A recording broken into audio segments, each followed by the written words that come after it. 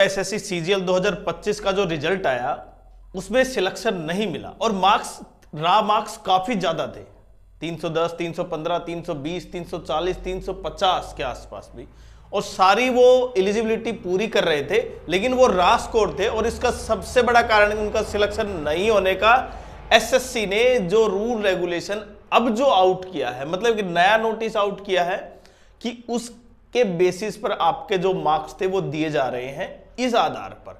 इसी वजह से जिन बच्चों के 348 मार्क्स थे वो कहीं ना कहीं 309 से भी कम रह गए।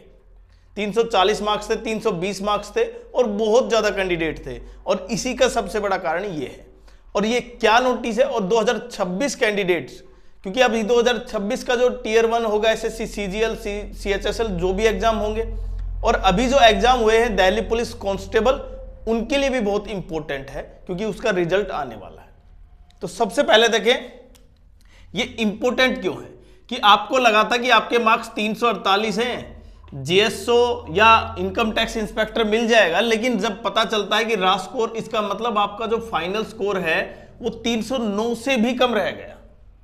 और इसका कारण क्या है, देखिए ये जो रूल रेगुलेशन लागू किए हैं ना एसएससी ने, हालांकि वो पहले से ही है, और एसएससी ने इसके बारे में बताया कि 2024 का जो रिजल्ट आया था उसमें भी ये गड़बड़ी थी। 9 से 10 क्वेश्चन क्या थे, सबको अलॉट हुआ मार्क्स। कारण क्या था कि कुछ क्वेश्चन क्या थे वहां पर रॉन्ग थे और सबको मार्क्स मिले थे, और इसी वजह से अब वो एसएससी ने, हालांकि ये नोटिफिकेशन में डालना चाहिए, लेकिन ये नोटिफिकेशन में नहीं है, कैंडिडेट को पता चले कि हाँ मैंने जो क्वेश्चन किया है, मैंने जो छोड़ा है, मैंने जो नहीं किया है, उसके मार्क्स मुझे किस तरह मिल सकते हैं या नहीं मिल सकते। इस तरह सबसे पहला क्वेश्चन, अगर कोई क्वेश्चन आउट ऑफ सिलेबस है, जैसे आप क्वेश्चन यहां पर एसएससी ने मेंशन किया है 10वीं 12वीं और ग्रेजुएशन लेवल पर जो एंट्रियां हैं, जैसे सीजीएल है, सिलेक्शन पोस्ट के एग्जाम है, सीएचएसएल है, दिल्ली पुलिस कांस्टेबल है, या जीडी का पेपर है, उसमें अगर आउट ऑफ सिलेबस चला जाता है कोई क्वेश्चन, तो इसका अर्थ है कि वो सभी को मार्क्स मिलेंगे आउट ऑफ सिलेबस। और आउट ऑफ सिलेबस का अर्थ यह है कि सिलेबस से बाहर, हालांकि सिलेबस बहुत ज्यादा ब्रॉड है, ऐसा नहीं है। यहां पर मैंने अगर मैथमेटिक्स की बात कर ली और मैथमेटिक्स में सिंपल इंटरेस्ट, कंपाउंड इंटरेस्ट की बात कर ली, तो वो क्वेश्चन को जोड़ जोड़ कर अगर लास्ट में कहीं ना कहीं सिंपल इंटरेस्ट और कंपाउंड इंटरेस्ट का क्वेश्चन है, तो वो इसका मतलब वो आउट ऑफ सिलेबस नहीं है। हार्ड लेवल है ना, वो आउट ऑफ सिलेबस नहीं, आपको ये ध्यान रखना है। पेपर का लेवल हार्ड है तो इसका मतलब वो आउट ऑफ सिलेबस नहीं है। क्लियर। दूसरा, तो सबको मार्क्स दिए जाते हैं और दिए जाएंगे।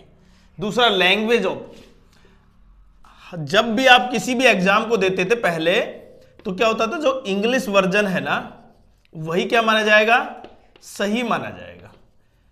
और आपने पेपर में हिंदी मीडियम लिया तो आपके जो ट्रांसलेशन है कहीं ना कहीं थोड़ी सी दिक्कत है, इसकी वजह से आप वो क्वेश्चन का ऑप्शन गलत करिए है, लेकिन जो इंग्लिश का था वही माना जाता था पहले, लेकिन अब ये चेंज हो गया। आपने जो फॉर्म में जो लैंग्वेज यूज की है ना, या लैंग्वेज यूज नहीं, लैंग्वेज जो ऑप्ट की है आपने, उसी के बेसिस पर आपके जो गलतियां होंगी क्वेश्चन पेपर में, आपके जो मार्क्स, ये क्वेश्चन गलत होगा कि नहीं है, लैंग्वेज सही है कि नहीं है, वो डिसाइड होगा। जैसे यहां पर अगर इंग्लिश लैंग्वेज आपने ऑप्ट की है और इंग्लिश लैंग्वेज में अगर क्वेश्चन की स्टेटमेंट में कुछ गड़बड़ है और हिंदी में बिल्कुल सही है, तो हिंदी वालों को मार्क्स नहीं मिलेगा, इंग्लिश वालों को ही मार्क्स मिलेगा।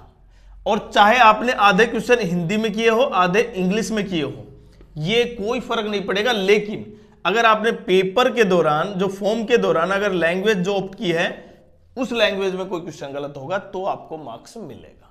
क्लियर। तीसरा सबसे बड़ा, minor mistake subject matter decide करते हैं। देखिए एक्सपर्ट, माइनर मिस्टेक का मतलब यह कि अगर कोई क्वेश्चन है और क्वेश्चन का आपको मीनिंग भी समझ में आ रहा है, लेकिन कुछ भी छोटी सी गलतियां की वजह से क्वेश्चन का मीनिंग बिल्कुल क्लियर है, ऑप्शन बिल्कुल सही है, एक ऑप्शन है बाकी सही है, बाकी क्या है, रॉन्ग है, तो इसका मतलब ये नहीं है कि वो क्वेश्चन पूरा रॉन्ग माना जाएगा, वो क्वेश्चन बिल्कुल सही माना जाएगा। माइनर मिस्टेक काउंट नहीं होगी। चौथा, अब माइनर मिस्टेक की वजह से कैंडिडेट क्या करते हैं भाई, उसका क्या कर देते हैं, चैलेंज कर देते हैं उस क्वेश्चन को। आप चाहे कितना भी चैलेंज करें, ये मेंशन है, ये पीडीएफ में मेंशन है, मैं केवल आपको ये बताने जा रहा हूं। जो मेंशन है ना वो, कि अगर आपने चैलेंज किया है तो इसका अर्थ ये नहीं है कि वो क्वेश्चन चैलेंज होगा, मतलब वो सब्जेक्ट मैटर एक्सपर्ट, क्योंकि यहां पर चाहे संख्या कितनी भी हो, सब्जेक्ट मैटर एक्सपर्ट है ना, मेरिट पर उसका कोई फर्क नहीं पड़ेगा जितने आपने चैलेंज किए हैं या नहीं, क्योंकि लास्ट में वही बचेगा जो सब्जेक्ट मैटर एक्सपर्ट ने सही बताया। क्लियर? उसके साथ साथ जिस क्वेश्चन के दो या दो से ज्यादा ऑप्शन होंगे तो उसमें क्या होता था, देखिए जिस क्वेश्चन के दो या दो से ज्यादा ऑप्शन होते थे पहले, तो सबको मार्क्स मिल जाते थे, चाहे आपने क्वेश्चन ऑप्ट किया या नहीं किया, मतलब आपने टिक किया नहीं किया, आप पहुंच पाए या नहीं पहुंच पाए। लेकिन अब ऐसा नहीं है, अगर ये 4 ऑप्शन है और 2 सही है 2 गलत है, तो अगर जिन कैंडिडेट ने 2 सही का ऑप्ट किया, मतलब जिन कैंडिडेट ने जो सही ऑप्शन थे उनको पिक किया, तो इसका अर्थ है कि केवल उन्हीं को मार्क्स मिलेंगे, बाकी ने अगर ये पिक किया तो उनको मार्क्स नहीं मिलेंगे। अगर ए बी सी डी में से 2 क्वेश्चन 2 ऑप्शन सही है, जिन्होंने ये पिक किया उसी को मार्क्स मिलेंगे, जिन्होंने ये पिक किया उनको मार्क्स नहीं मिलेगा। पहले सबको मार्क्स मिलते थे, जिस तरह 2024 में जो हमने देखा कि बहुत से क्वेश्चन क्या थे जो एमबीजीएस थे, अस्पष्ट लैंग्वेज थी, उसकी वजह से एसएससी ने सबको मार्क्स दिए थे, 9 और 10 क्वेश्चन। उसके अलावा रॉन्ग क्वेश्चन होगा, अफेक्टिंग द क्लैरिटी या एमबीजीएस होगा, अस्पष्ट होगा, उससे एरर होगा उसमें, और उससे ये बिल्कुल नहीं लगाया जा सकता आइडिया कि ये वास्तव में क्वेश्चन का जो ऑथेंटिकेशन है वो बिल्कुल सही है, मतलब सही मीनिंग दे रहा है। अगर वो मीनिंग नहीं दे रहा है तो इसका अर्थ है कि सब बच्चों को मार्क्स मिलेंगे, एवरी कैंडिडेट्स, ऑल कैंडिडेट्स को मार्क्स मिलेंगे। अब इसका सबसे बड़ा कारण क्या होगा, ये देखिए, अब जो फाइनल आंसर की आएगी उसमें एसएससी ने जो दिया है, और अभी जो आपके पास टेंटेटिव आंसर की है, सीजीएल का बता रहा हूं मैं क्यों, पहले उसमें जिन कैंडिडेट के 316 है 314 है, अभी आपने लग रहा था कि केवल प्रोबेबिलिटी वाला क्वेश्चन ही सही है, मतलब उसी के मार्क्स मिलेंगे। अब यहां पर ये क्वेश्चन का बिल्कुल क्या हो गया, एग्जैक्टली अब आप आइडिया लगा पाएंगे कि वास्तव में मैंने जो क्वेश्चन छोड़ा है या नहीं किया है, या मेरा ऑप्शन गलत है या क्वेश्चन में ऑप्शन गलत है, मैंने क्या किया है, उसके बेसिस पर आइडिया लगेगा। अगर जब फाइनल आंसर की आप मिलाएंगे तब पता चलेगा कि वास्तव में दोनों इसलिए गलत है, या मेरे 4 क्वेश्चन 5 क्वेश्चन, अगर यहां पे 4 से 5 क्वेश्चन गलत हो जाते हैं ना, तो समझ पा रहे हैं, 3 से अगर एक क्वेश्चन 5 नंबर का, 3 5 15 नंबर तो यही हो गए, और नेगेटिव का अलग, तो ये बहुत बड़ा इंपैक्ट डालेगा जिन कैंडिडेट के अभी देखें, ये बिल्कुल सही है कि जो बिल्कुल बाउंड्री लाइन के आसपास कैंडिडेट थे ना, ये मानो 309 की कैटेगरी है, और यहां पर कुछ कैंडिडेट थे पहले, और यहां पर कुछ कैंडिडेट थे, रा स्कोर के बेसिस पे बात कर रहा हूं, तो इनके इस पॉलिसी की वजह से कुछ कैंडिडेट इस कट ऑफ से ऊपर चले गए, मतलब 309 पार कर गए वो, और जिनके पहले से लग रहा था वो क्या हो गया, नीचे आ गए। और इसी वजह से आप देख पाएंगे अब की बार 2025 का जो फाइनल रिजल्ट आएगा ना, उसमें भी, और पहले भी जो रिजल्ट आया है जो टेंटेटिव, उसमें बहुत से कैंडिडेट, बहुत ज्यादा कैंडिडेट के मार्क्स 309 से ऊपर थे रा स्कोर में। अगर फाइनल आंसर की में आ जाते हैं आपके, तब तो वेल गुड है, क्योंकि फिर तो आप कोर्ट केस के बेसिस पे आप सिलेक्शन पा लेंगे। लेकिन अगर आपके रा स्कोर थे, मैंने बताया था ना, जब तक कि फाइनल आंसर की नहीं आती है, फाइनल स्कोर कार्ड आउट नहीं होते हैं, तब तक इसके बारे में नहीं बताया जा सकता। और इसीलिए एसएससी पर यह लगातार प्रेशर बढ़ता गया कि 2 दिन से बच्चों के मार्क्स ज्यादा थे लेकिन क्वालिफाई नहीं हो पाए, मतलब टियर 2 में इतने मार्क्स होने के बावजूद सिलेक्शन नहीं मिल पाए, जो टेंटेटिव लिस्ट है। इसी वजह से एसएससी ने एक क्लैरिफिकेशन अभी नोटिस डाला है।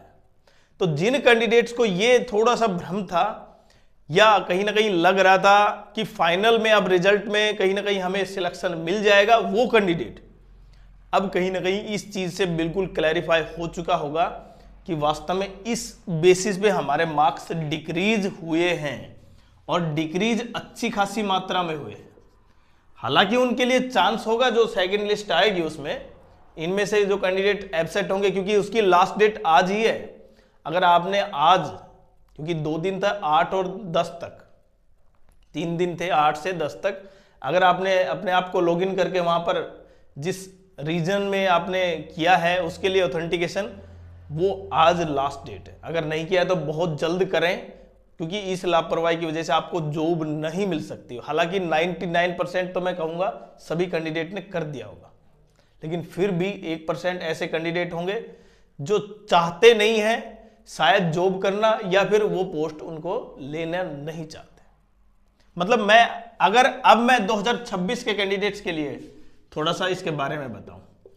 अब इसके लिए इंपैक्ट क्या होगा, देखिए, अगर मानो इंग्लिश मीडियम के कैंडिडेट ज्यादा है, इंग्लिश मीडियम के कैंडिडेट ज्यादा है, हिंदी मीडियम के कैंडिडेट कम है, और अगर कोई क्वेश्चन हिंदी में क्या आ जाता है, हिंदी लैंग्वेज में क्वेश्चन की क्लैरिफाई नहीं होता, मतलब उसका मीनिंग नहीं निकलता है, वो गलत हो जाता है, तो उसके मार्क्स सबको मिलेंगे। और उसकी वजह से जो हिंदी मीडियम के कैंडिडेट हैं, क्योंकि संख्या कम है, तो उसकी वजह से वो एक क्वेश्चन की वजह से वो कट ऑफ से ऊपर चले जाएंगे। मतलब जो भी होगा बहुत इंपैक्ट करेगा।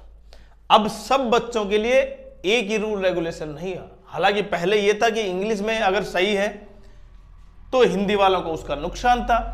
अब क्या है, अब दोनों लैंग्वेज को बराबर रखा गया है। इसका सबसे बड़ा कारण यही है। पहले इंग्लिश मीडियम के वालों कैंडिडेट्स को थोड़ा सा एडवांटेज था, और दूसरा ये भी है कि अगर यहां पर कितने क्वेश्चन है 2026 में, 2025 में टीयर 2 में, जिनमें जो अस्पष्ट थे, जिनको मीनिंग क्लियर नहीं हो रहा था, या लैंग्वेज की वजह से कुछ क्वेश्चन चेंज हुए हैं, तो ये सारा तो आपको तभी पता चलेगा जब आपको क्या आएगा, आपके पास स्कोर कार्ड होगा। और स्कोर कार्ड आपका फाइनल रिजल्ट के बाद आएगा। लेकिन अभी जो रिजल्ट आएगा ना दिल्ली पुलिस कांस्टेबल का, वो और भी इंपॉर्टेंट होगा, क्योंकि उसमें कैंडिडेट की संख्या ज्यादा है, पहला रूल। दूसरा, नॉर्मलाइजेशन अच्छा खासा होगा। एसएससी लगातार नॉर्मलाइजेशन में भयंकर नंबर काट रही है, डिक्रीज कर रही है, दे भी रही है, लेकिन किसको मिल रहा है किसको नहीं, ये एक अब भी संशय बना हुआ है। हार्ड शिफ्ट इजी शिफ्ट वाला वो कोई रूल रेगुलेशन है, लेकिन पता नहीं किस बेसिस पे लग रहा है, बच्चों को नहीं पता चल रहा। दूसरा, पेपर का जो पेपर में इतनी शिफ्ट है उसकी वजह से। और सबसे बड़ा इंपैक्ट ये भी होगा, कट ऑफ डाउन करनी है, और कट ऑफ डाउन करने का एक ये सबसे अच्छा तरीका है कि ये रूल रेगुलेशन लागू कर दिए जाए। तो ये कहीं ना कहीं इंपैक्ट 2026 के कैंडिडेट को करेंगे। तो इसलिए आपके लिए बहुत इंपॉर्टेंट है कि ये रूल रेगुलेशन आप पहले पढ़ें, उसके बाद ही कहीं ना कहीं अपनी प्रिपरेशन को ध्यान में रखें, और जब पेपर करें तो ये चीज़ ध्यान में बहुत ज़्यादा रखें।